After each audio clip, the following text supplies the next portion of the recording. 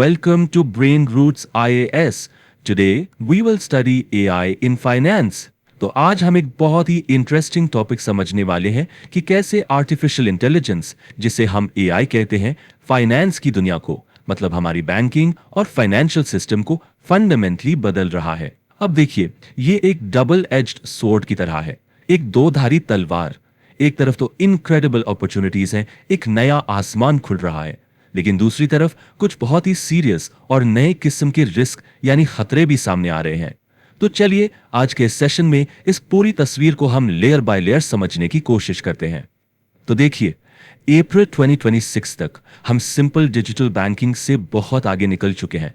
अब हम जिस एरा में हैं उसे इंटेलिजेंट फाइनेंस कहा जा रहा है। इसका मतलब क्या है? इसका मतलब है कि हमारा पूरा का पूरा फाइनेंशियल सिस्टम वो एक ऐसी इंटेलिजेंस से रीबिल्ड हो रहा है जो ह्यूमन नहीं है। ये कोई छोटा मोटा चेंज नहीं है, ये एक बहुत बड़ा शिफ्ट है जिसकी फाउंडेशन, जिसकी नींव काफी समय से रखी जा रही थी। अच्छा, ये एवोल्यूशन हुआ कैसे है? इस जर्नी को जरा समझते हैं। देखिए, सब कुछ शुरू हुआ 1990s और 2000s में डिजिटाइजेशन से। ये वो दौर था जब सब कुछ पेपर से डेटाबेसेस में मूव हो रहा था। सारे कागजी रिकॉर्ड्स, फाइल्स सब कंप्यूटर में जा रहे थे। फिर आया 2010 का दशक, जिसे हम डिजिटल बैंकिंग का दौर कहते हैं। मोबाइल ऐप्स आ गए, बेसिक ऑटोमेशन शुरू हो गया, और अब हम हैं एआई एरा में। और यहां फंडामेंटल शिफ्ट क्या है? अब बैंकिंग सिंपल रूल्स, मतलब इफ दिस देन दैट वाले नियमों से प्रोबेबिलिस्टिक रीजनिंग की तरफ शिफ्ट हो रही है। मतलब अब सिस्टम संभावनाओं और पैटर्न्स के बेस पर सोच रहा है और फैसले ले रहा है। तो इस डिस्कशन के पहले हिस्से में चलिए बात करते हैं एआई की प्रॉमिस की, इसकी फाइनेंशियल सुपर पावर्स की। हम ये देखेंगे कि आखिर एआई कैसे एक ज्यादा पर्सनल, ज्यादा इंक्लूसिव और ज्यादा सिक्योर फाइनेंशियल दुनिया बना रहा है। मतलब इसके फायदे क्या क्या हैं? बैंकिंग में जो सबसे फंडामेंटल शिफ्ट आया है ना, वो है मास मार्केट से मी तक का सफर। मतलब one size fits all approach से सेगमेंट ऑफ वन तक। सोचकर देखिए, ट्रेडिशनल बैंकिंग में क्या होता था? सबके लिए एक जैसे प्रोडक्ट्स होते थे, एक ही तरह का सेविंग्स अकाउंट, एक ही तरह का लोन। लेकिन एआई ने इस मॉडल को पूरी तरह बदल दिया है। अब बैंकिंग हाइपर पर्सनलाइज्ड हो रही है, जो सर्विसेज को एक एक इंडिविजुअल की स्पेसिफिक नीड्स के हिसाब से टेलर कर रही है। तो सवाल उठता है कि यह हाइपर पर्सनलाइजेशन असल में काम कैसे करता है? Let's take some examples. पहला है कॉन्टेक्सचुअल बैंकिंग। मान लीजिए आपने कोई ट्रिप बुक की, एआई को जैसे ही पता चला उसने तुरंत आपको ट्रैवल इंश्योरेंस ऑफर कर दिया, कॉन्टेक्स्ट के हिसाब से सर्विस। दूसरा, पर्सनलाइज्ड बजट्स। एआई आपकी स्पेंडिंग हैबिट्स को एनालाइज करके आपको एक कस्टम बजट प्लान सजेस्ट करता है। और तीसरा, इंट्यूटिव इंटरैक्शन। एचडीएफसी का ईवा या बैंक ऑफ बड़ौदा का ब्रेनी जैसे चैटबॉट्स अब सेंटिमेंट एनालिसिस का इस्तेमाल करते हैं। मतलब अगर आप बातचीत में फ्रस्ट्रेटेड साउंड कर रहे हैं तो वो इसे डिटेक्ट करके आपकी कॉल तुरंत एक ह्यूमन एजेंट को एस्केलेट कर देते हैं। कमाल है ना? एआई का शायद जो सबसे बड़ा पॉजिटिव इंपैक्ट है वो है फाइनेंशियल इंक्लूजन पर। देखिए, ट्रेडिशनल मेथड में क्रेडिट के लिए क्या चाहिए था? एक अच्छी क्रेडिट हिस्ट्री, जिसे हम सिबिल स्कोर कहते हैं, और कोलैटरल यानी कुछ गिरवी रखने के लिए। इसकी वजह से देश की बहुत बड़ी आबादी, जिसे थिन फाइल पॉपुलेशन कहते हैं, सिस्टम से बाहर थी। लेकिन एआई इस प्रॉब्लम को सॉल्व कर रहा है। कैसे? ऑल्टरनेटिव डेटा को एनालाइज करके। अब ये ऑल्टरनेटिव डेटा क्या है? आपकी यूटिलिटी बिल्स, आपके मोबाइल रिचार्जेस का पैटर्न। एआई इन सबको देखकर आपकी क्रेडिट वर्दीनेस को असेस करता है। इसे कहते हैं क्रेडिट फॉर द अनक्रेडिटेड, मतलब उन लोगों को क्रेडिट देना जिनकी कोई क्रेडिट हिस्ट्री नहीं है। अब बात करते हैं सिक्योरिटी की। इस मामले में एआई एक सेंटिनल, एक पहरेदार की तरह काम करता है। यह हर यूजर के लिए एक बिहेवियरल बायोमेट्रिक क्रिएट करता है। अब ये क्या चीज है? देखिए, हम सबका फोन यूज करने का एक यूनिक तरीका होता है। हमारी टाइपिंग स्पीड, हम फोन किस एंगल पे होल्ड करते हैं, हम किन लोकेशन से नॉर्मली लॉगिन करते हैं। एआई इन सब हैबिट्स को मिलाकर एक डिजिटल फिंगरप्रिंट बना लेता है।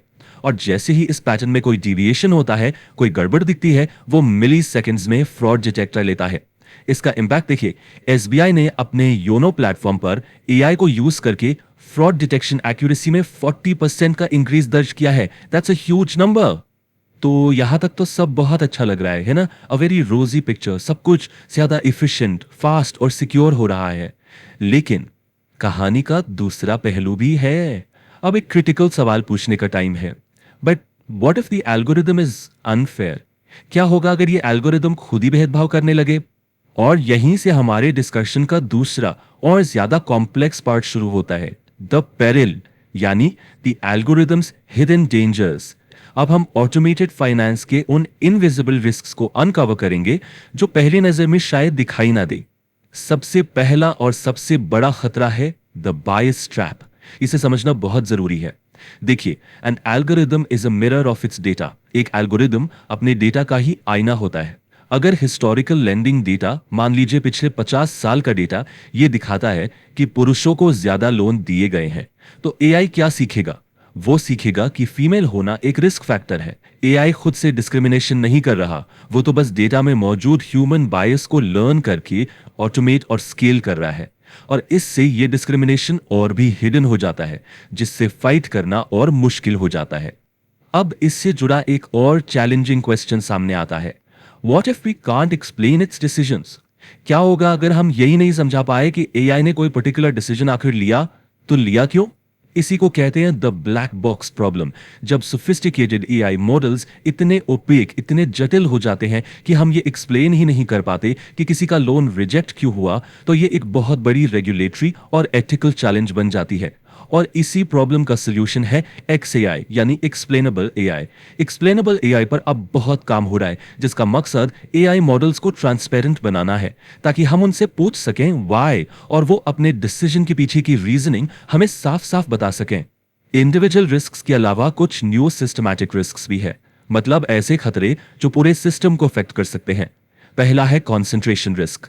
जरा सोचिए, अगर देश के ज्यादातर बैंक्स एक ही टेक प्रोवाइडर का एआई मॉडल यूज करने लगे, तो उस मॉडल में एक सिंगल फ्लॉ, एक छोटी सी गड़बड़ी पूरे फाइनेंशियल सिस्टम को क्रैश कर सकती है। ये एक सिंगल पॉइंट ऑफ फेलियर बन जाएगा। और दूसरा है data privacy. AI is hungry for data. उसे काम करने के लिए बहुत सारा डेटा चाहिए, जिससे ओवर सर्वेलेंस और सेंसिटिव नेशनल फाइनेंशियल इंफॉर्मेशन के लीक होने का रिस्क बहुत बढ़ जाता है। तो इन सब चैलेंजेस को देखते हुए द पाथ फॉरवर्ड क्या है, आगे का रास्ता क्या है? अब हम एक फ्रेमवर्क को समझेंगे, a framework for building responsible AI. मतलब एक ऐसा ढांचा जिससे हम एआई की पावर को हार्नेस भी कर सकें और इसके रिस्क्स को मैनेज भी कर सकें। तो एक रिस्पॉन्सिबल एआई इकोसिस्टम के लिए एक्सपर्ट्स 4 पिलर्स की बात करते हैं। Pillar number 1, human responsibility and accountability. Number 2, strong data governance. Number 3, strengthening institutional capacity. And number 4, inclusivity and accessibility. इनमें से सबसे क्रूशियल है पहला पिलर, जिसे कहते हैं the human in the loop principle. इसका मतलब बहुत सिंपल है, AI should be your copilot, not the pilot. AI assist कर सकता है, सजेशंस दे सकता है, but the final accountability for policies and outcomes वो हमेशा ह्यूमन मैनेजर्स की ही रहनी चाहिए।